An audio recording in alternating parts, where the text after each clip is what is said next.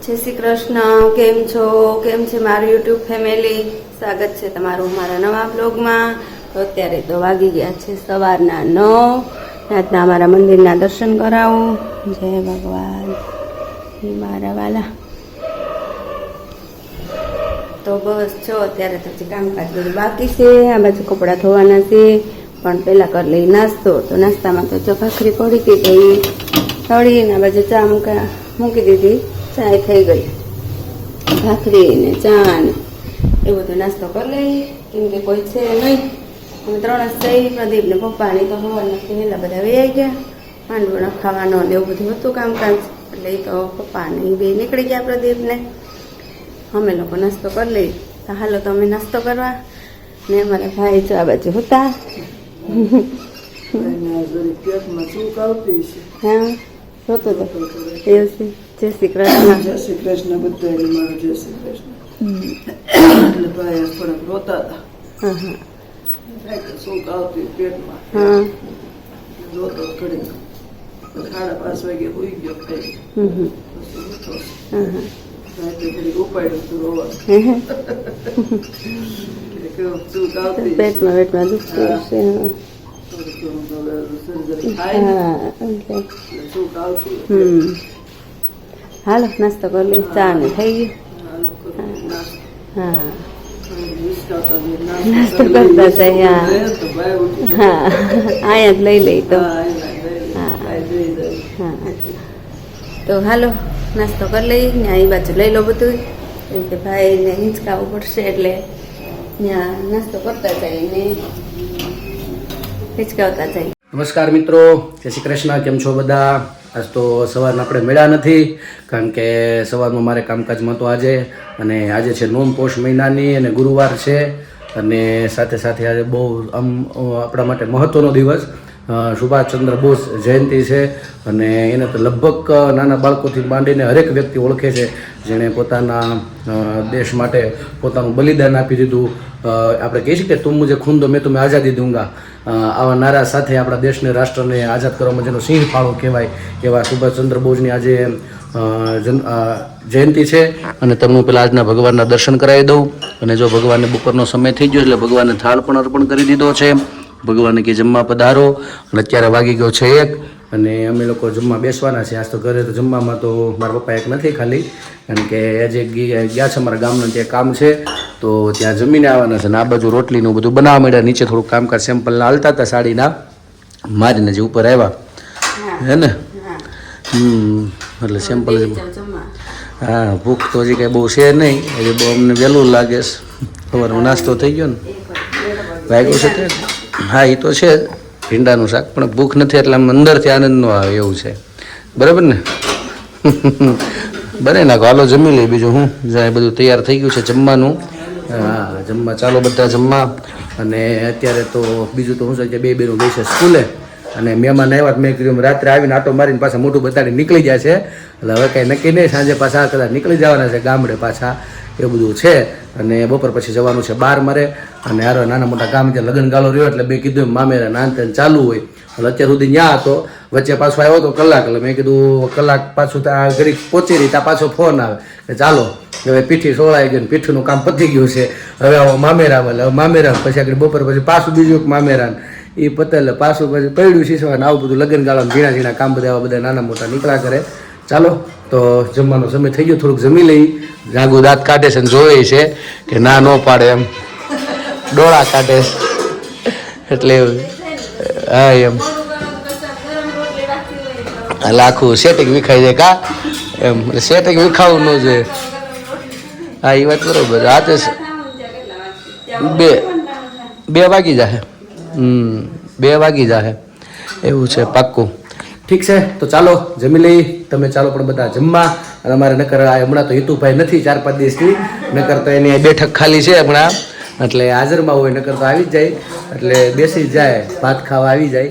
અને હમણાં એ મામાને ઘેરે ગયો છે એના, એવું બધું છે. ચાલો જમી લઈ. તમે પણ ચાલો બધા જમવા. જો અત્યારે તો 5:30 જેવું થઈ ગયું હશે. આસ્થા દોરવાને ને ટ્યુશનમાં મૂકી આવી, ને મમ્મી ને જો ભાઈને નીચે રમાડે છે. રોટી દૂધ ને એવું બધું લેવા ગઈ. અને હું કરું છું ઇસ્ત્રી.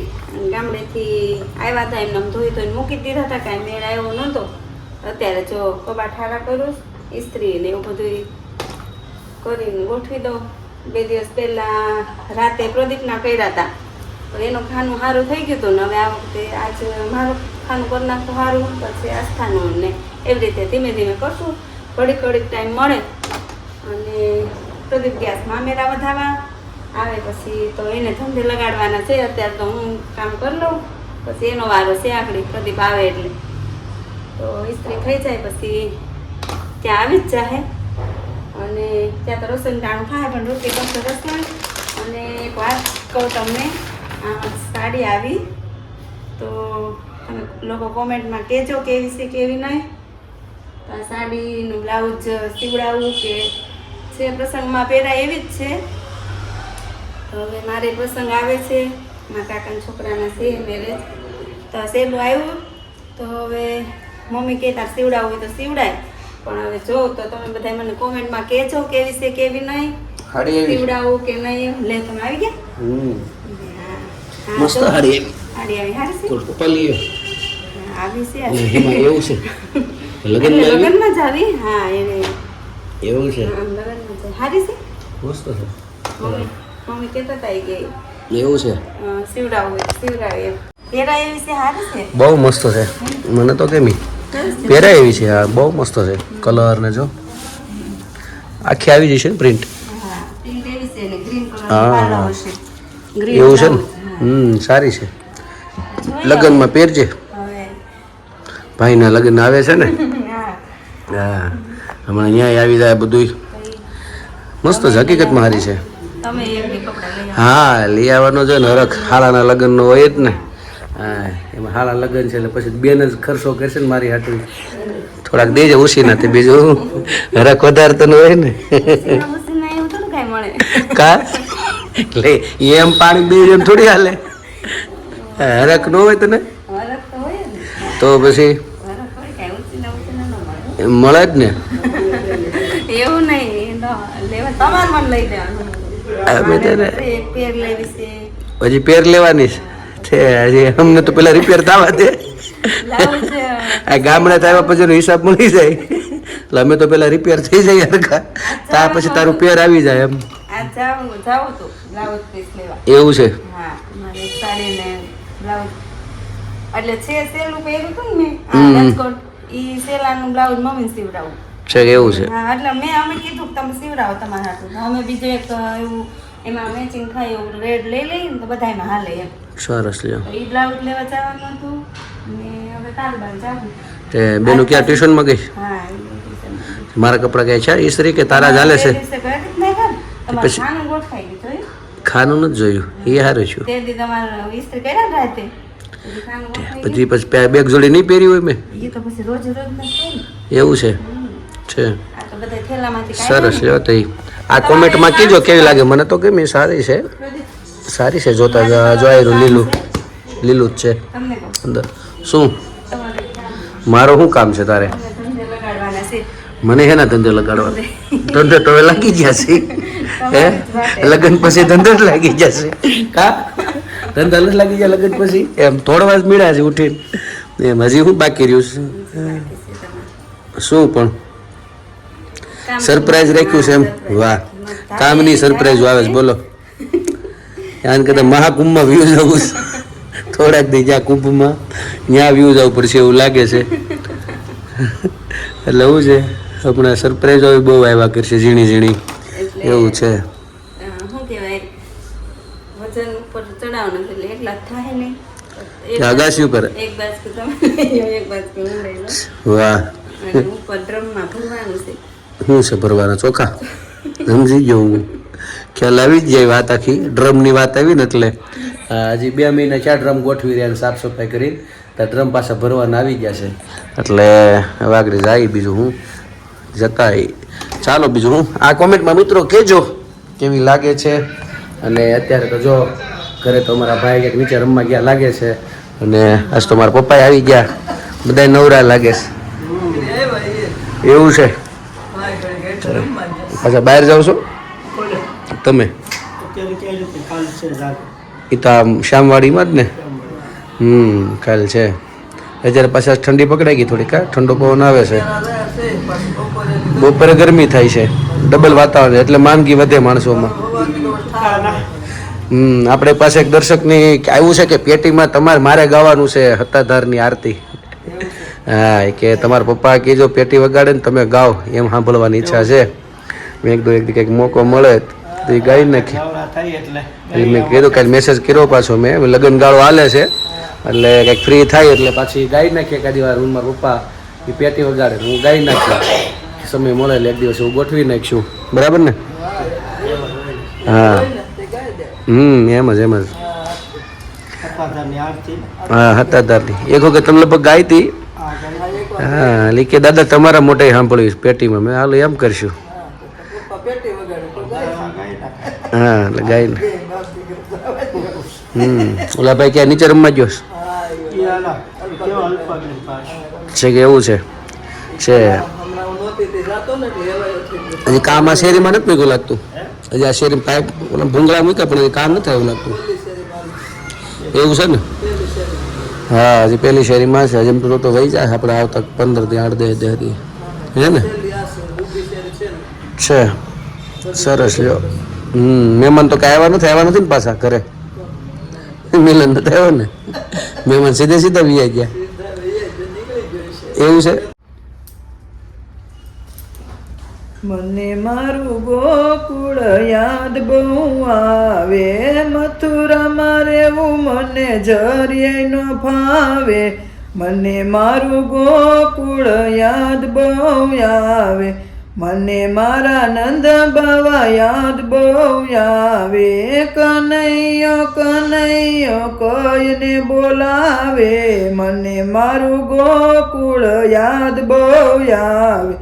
મને માતા જશોદા યાદ બહુ આવે, ખોળામાં બેસાડી માખણ ખવડાવે.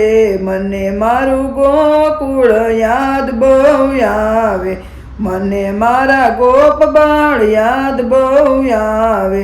ગાયો ચરાવા મને વનમાં લઈ જાય, મને મારું ગોકુળ યાદ બહુ આવે. મને મારી ગોપીઓ યાદ બહુ આવે, રાસ રમવાને તો દોડી દોડી આવે. મને મારું ગોકુળ યાદ બહુ આવે, જમના કિનારો મને યાદ બહુ આવે.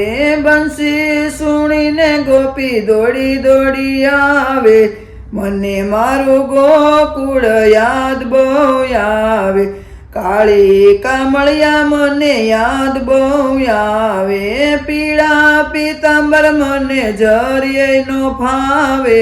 મને મારું ગોકુળ યાદ બહુ આવે, મને મારા માખણ મિશ્રી યાદ બહુ આવે. 56 ભોગ મને જરીએ નો ફાવે, મને મારું ગોકુળ યાદ બહુ આવે. મને મારી રાધાજી યાદ બહુ આવે, અષ્ટપટ રાણી સાથે જરીએ નો ફાવે.